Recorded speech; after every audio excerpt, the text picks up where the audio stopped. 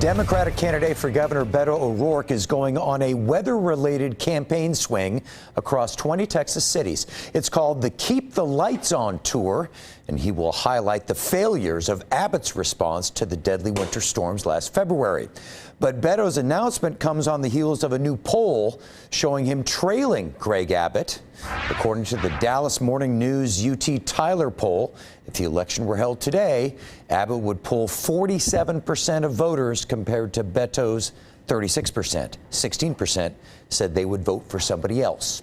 Here to talk about all this is Jamarr Brown, the co-executive director of the Texas Democratic Party, and James Dickey, former Texas GOP chairman.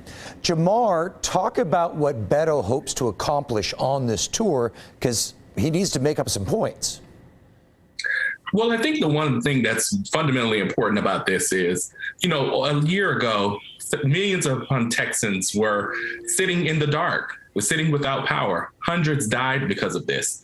And we've yet to hear from Greg Abbott and Texas Republicans about the tangible steps that they have taken to fix the grid. The governor said back in November that the grid was fixed and that there's nothing else that needed to be done. And then he just said this morning that he can't guarantee that the grid will stand in the midst of freezing temperatures that we're expecting. And so what we're doing on this tour is not only talking about the failures of Greg Abbott, it's also talking about the solutions that voters need to hear so that they know that their lights will stay on in any disaster.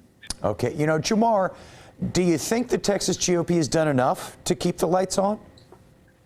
Well, I think that what's most tragic here when you talk about the Texas Republicans and the grid is, if all of those things have been done, they have not been clearly communicated to Texans and to voters. And then a year after those things would have been done, then we would have had more tangible understanding to know whether the grid will be reliable when we are expecting a freeze even just as this week. And so they absolutely have not done enough, especially around weatherization, where we consistently face high temperatures in the summer and low temperatures in the winter, to know that families can be safe and warm.